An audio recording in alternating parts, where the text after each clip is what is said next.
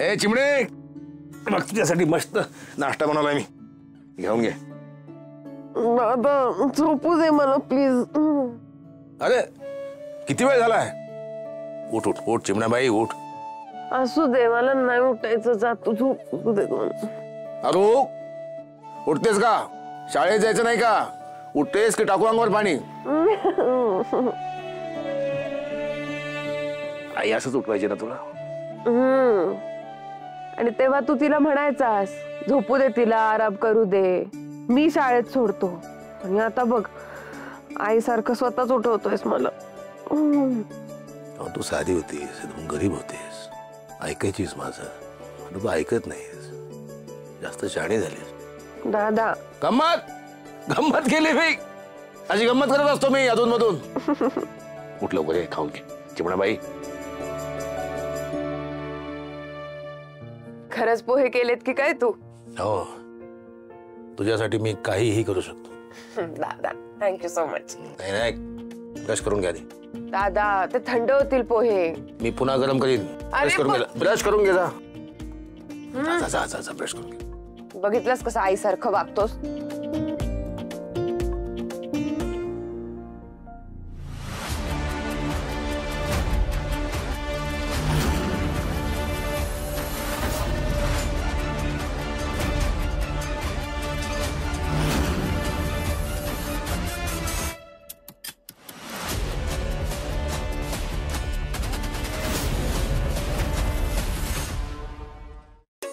अरे चहा देताय का जाऊ गावात चहा मागायला? हो आत्या, किती वरडताय. तसं लईच हाल चाललंय तुमचं घरामध्ये. तरी बरं बाई, सगळ्या वस्तू जिथल्या तिथं हातातल्या हातात मिळताय, तरी वळतच असते सारख्या. काय बोललीस का? अगं तुझ्या बुडाला आग लागली ना तरी तू जागा सोडत नाहीस. तरी बरं त्या चिवळ्याने मागणं करून आणली म्हणून. ते फुलाच्या आधी आली असती ना तर सगळी उपाशी मिली असती, त्याची हिज बुड हल्लं नसतं. आजी द्या. वहिनी मला खूप भूक लागली आणि शाळेला पण मला लवकर जायचंय, नाश्ता दे ना प्लीज. आज सुट्टी शाळेला, तरी पण दे लवकर. आणते मला पण चहा आणते.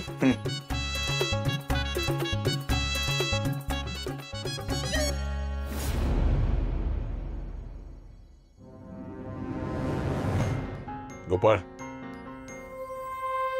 चल ये.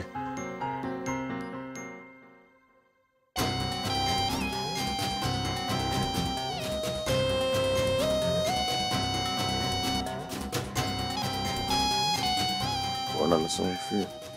ए बस तिकडे. आली नाक खुपसायला.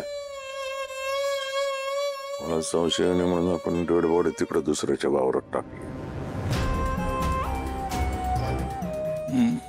मालकाने वावर नांगरायला घेतलं तू.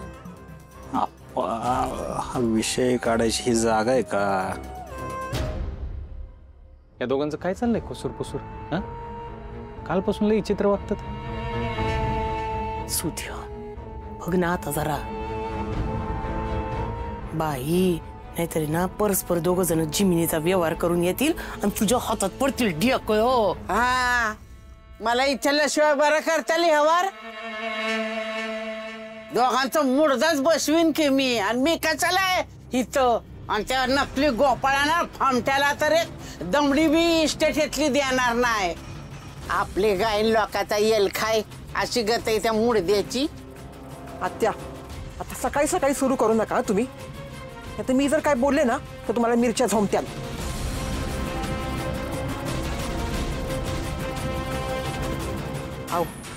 तुमच्यात काय चाललंय ते तुम्ही सांगून का नाही टाकत?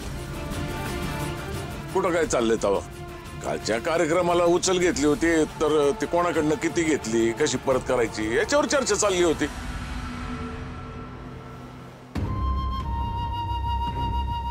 कोणाला लईच इंटरेस्ट असेल ना तर बरं म्हणा पैसे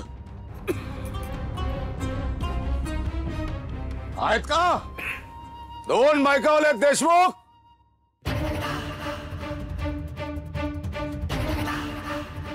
तुम्हाला काय वाटलं? मला काही कळलं नाही. खोटा नाही का अंबरसे? काय झालं साहेब? खोटं बोललात तुम्ही. माझ्या बहिणीला चक्कर आली असं खोटं बोललात तुम्ही. हिच्यावर हल्ला झालाय.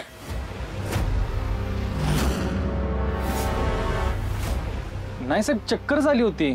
चक्कर नव्हती आली, हल्ला झालाय तिच्यावर.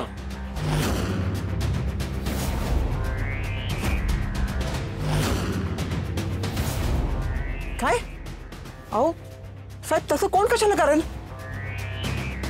हो, तुम्ही तरी सांगा नाहीस नाही आता. आमची काय तिच्याशी दुश्मनी थोडीच आहे, आम्ही कशाला असं करू? 2 बायकावाले देशमुख, ते तर मी शोधून काढीनच, पण अवघड नाही माझ्यासाठी ते.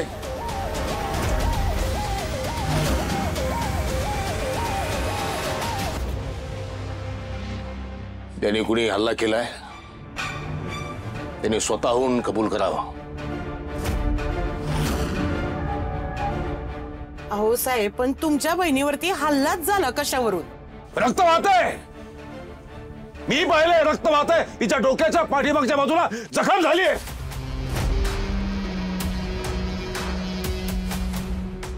कसं शक्य आहे साहेब? असं नाही होणार. रक्त वाहतंय. या घरातले काही लोक आधीच माझ्या रडारवर होते.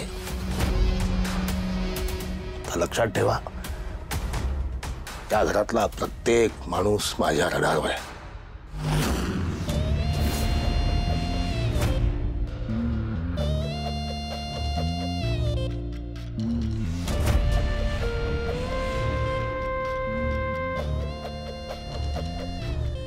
ज्या दिवशी मला हल्लेखोराचा पत्ता लागेल ना, त्या दिवशी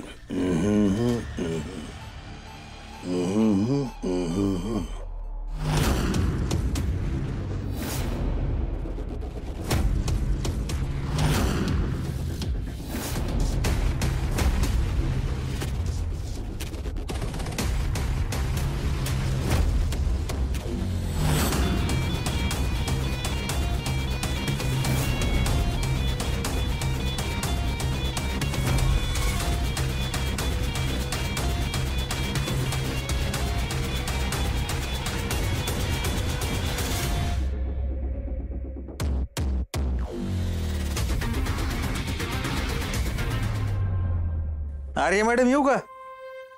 गोपाळजी, या ना या. जोरात तयारी चालली बरं का तुमची. हो, अहो सध्या डेडलाईन आहे ना. साकेत तर आमच्या तिघींच्या डोक्यावरच बसलाय. गोपाळजी, तुम्ही कसं येणं केलं? ते एका जरा महत्वाच्या विषयावर तुमच्याशी बोलायचं होतं. या बाहेर बसून बोला. तिथे पसारा खूप आहे गोपाळजी. तुम्ही या ना, हवं तर आतल्या खोलीत बसू, तिथे बसून बोलता येईल. हं? आत नक्की? हो, काही हरकत नाही. बसा, मी आलेच. प्रियाताई, हे इथे जरा सांभाळा, मी आले. आल्या. चालेल.